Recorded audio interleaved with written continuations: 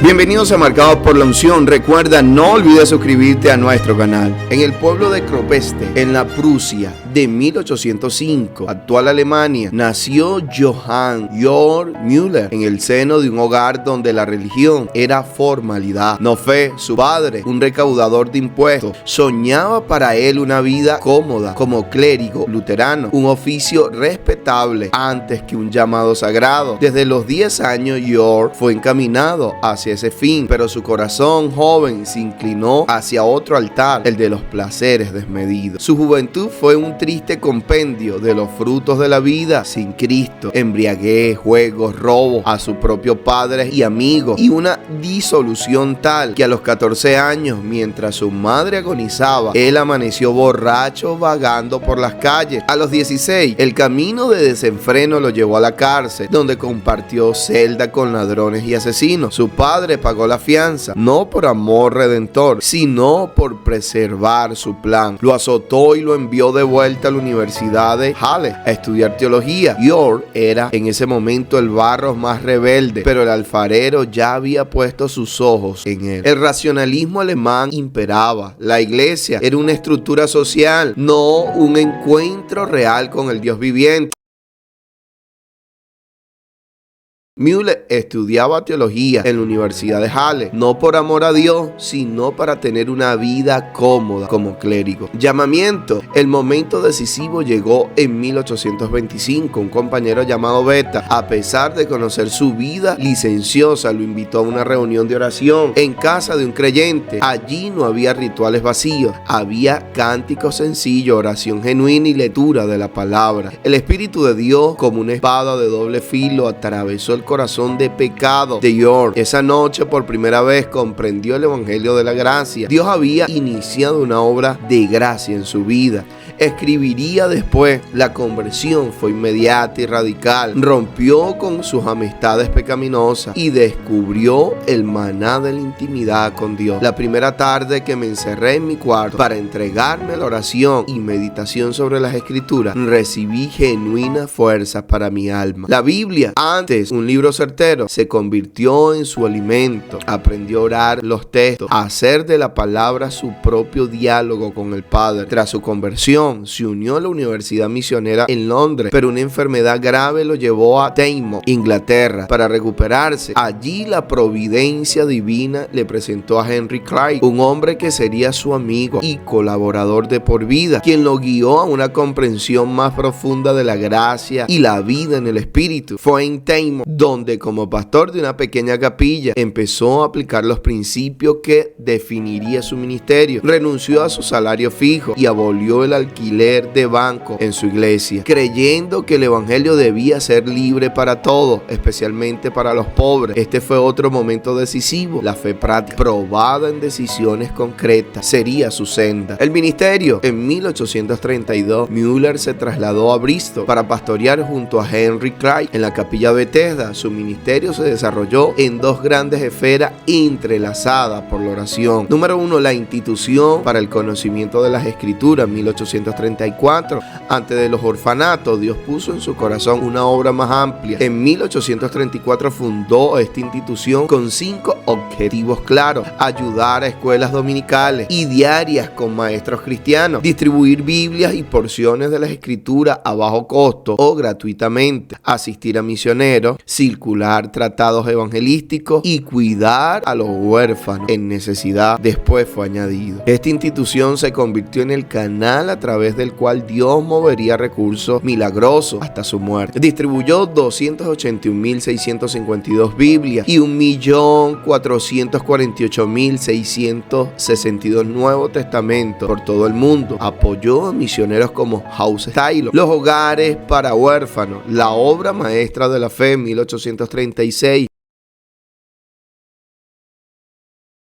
en adelante. El clamor de los niños abandonados en las calles de Bristol tocó su corazón. En 1836, él y su primera esposa, Mary Grover, abrieron su propia casa alquilada en la calle Wilson para 30 niñas. Su motivación era doble: mostrar compasión y mostrar que Dios es Dios vivo, que escucha y responde la oración. El método era sencillo y radical: nunca pedir dinero a persona alguna, nunca contraer deuda, llevar cada necesidad, por pequeño o grande que fuera, solo a Dios en oración. Registraba meticulosamente cada donativo, desde una cuchara vieja hasta miles de libras, y ponía las cuentas a disposición de cualquiera para su escrutinio, dando la gloria así a Dios. El crecimiento fue sobrenatural. En 1849 se inaugura la primera gran casa en Ashley Down para 300 niños. De 1857 a 1870 se construye 4 casas más en el mismo terreno,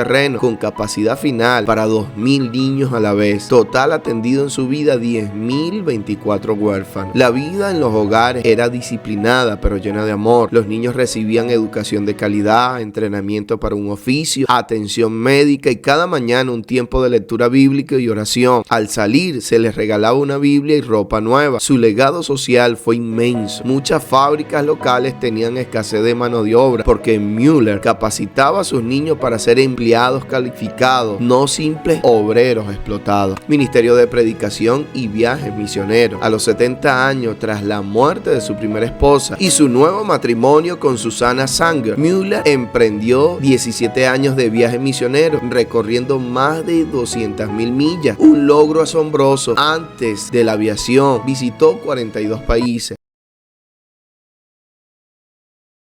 y compartió el mensaje de la fe viva con millones, siempre en inglés, francés o alemán. Incluso se reunió con el presidente de los Estados Unidos, Rutherford. Métodos y estilo de predicación: exposición bíblica sencilla, prefería explicar la escritura con claridad y aplicarla, huyendo de adornos retóricos y de sermones memorizados. Su objetivo: fortalecer la fe ordinaria mediante la palabra y la oración perseverante. Fe práctica y transparencia. Renunció a salario fijo, abolió el alquiler de banco y vivió bajo el principio de no solicitar ayuda humana, sino pedir a Dios y registrar respuestas para edificación de la iglesia. Oración sistemática: llevaba diario minucioso una narración de algunos de los tratos del Señor con George Mueller, registrando necesidades y respuestas, acumulando decenas de miles de entradas a lo largo de su vida. Milagros y prodigios. La vida de Mueller fue un torrente continuo de respuestas específicas a la oración.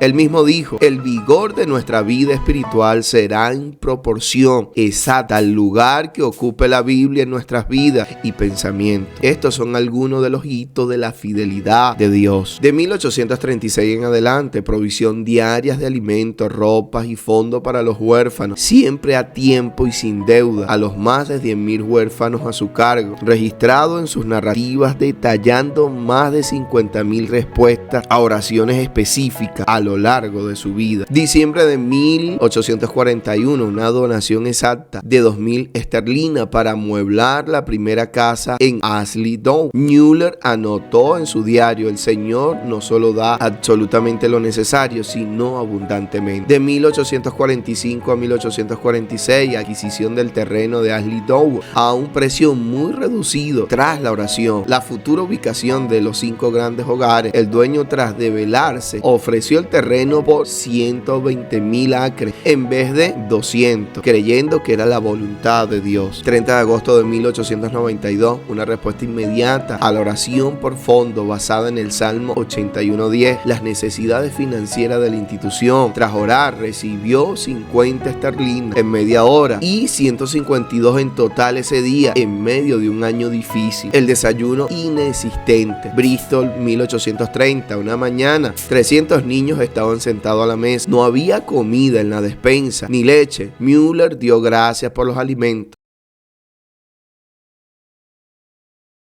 Al terminar el amén, llamaron a la puerta, era el panadero. No pude dormir, sintió que debía hornear para ellos. Minutos después el lechero se averió frente al orfanato y regaló toda la leche para que no se desperdiciara. La niebla en Terranova, 1877, mientras viajaba en barco para predicar, una niebla espesa impedía avanzar. El capitán estaba angustiado. Müller le dijo: mis ojos no están en la niebla, sino en el Dios vivo. Se arrodilló y oró una oración sencilla. Cuando se levantó, la niebla se había disipado. El capitán quedó atónito, entregando su vida a Cristo. La reparación de la caldera. En pleno frío, la caldera principal del orfanato se rompió. Müller oró para que el clima cambiara y el viento del norte se volviera del sur cálido. Durante los días de la reparación, el clima fue inexplicablemente templado, protegiendo a los niños de enfermarse. Donaciones no solicitadas y ofrenda en especie repetidas veces, pan, leche, ropa, fondos llegaron justo a tiempo. Arquitectos y colaboradores contribuyeron sin cobrar honorarios para construir Ashley-Down. Müller insistía en no pedir directamente, solo oraba y registraba las respuestas. Registro sistemático de oraciones contestadas, diarios y narrativas. Müller anotó necesidades, fechas y respuestas en varios volúmenes, superando miles de páginas y más de 50.000 respuestas específicas acumuladas en toda su vida, dando trazabilidad a su testimonio de fe, experiencias espirituales y enseñanzas sobre la oración. Discurso a los huérfanos, Bethesda, 26 de marzo de 1875. Enseñó que la oración debe hacerse en el nombre del Señor Jesucristo, conforme a la voluntad de Dios, con confianza perseverante. Afirmó que nunca pidió de ese modo sin finalmente recibir la bendición. Vinculó la oración con gozo en el sufrimiento y la seguridad de la salvación, exhortando a los niños a probar el poder de la oración. Testimonios personales documentados. Marty Grover, 1837, donación espontánea tras oración específica por renta vencida. James Wright, 1845, envío de fondos exactos tras el clamor nocturno. Anónimos registrados con iniciales y fechas precisas, preservados en los diarios originales. Müller insistía: si algo no podía ser probado, no debía ser contado. Mary Grover, esposa, 1830-1870, compañera clave en la apertura de los hogares desde 1836. Su muerte en 1870 marcaba un punto de inflexión antes de las giras misioneras. Susanna Gray, esposa, 1871-1894, acompañó 17 años de viajes misioneros, testimonio de la expansión internacional del ministerio. Henry Clay, copastor y amigo, en 1830-1890, testigo y partícipe del modelo de predicación expositiva y fe práctica, múltiples referencias en los diarios y en la historia de Bethesda Chapel. Huérfano de Ashley-Down, asamblea de 26 de marzo de 1875, Bethesda, sermón registrado y dirigido a 1.600 asistentes, huérfanos, maestros y colaboradores. Sanidad personal. Müller experimentó sanidad física, aunque nunca promovió un ministerio de sanidad pública. En momentos de enfermedad oró y recibió restauración para continuar su obra. Protección financiera sobrenatural durante crisis económicas nacionales. Los orfanatos nunca cerraron ni quedaron en deuda en total. Pasaron por sus manos más de 1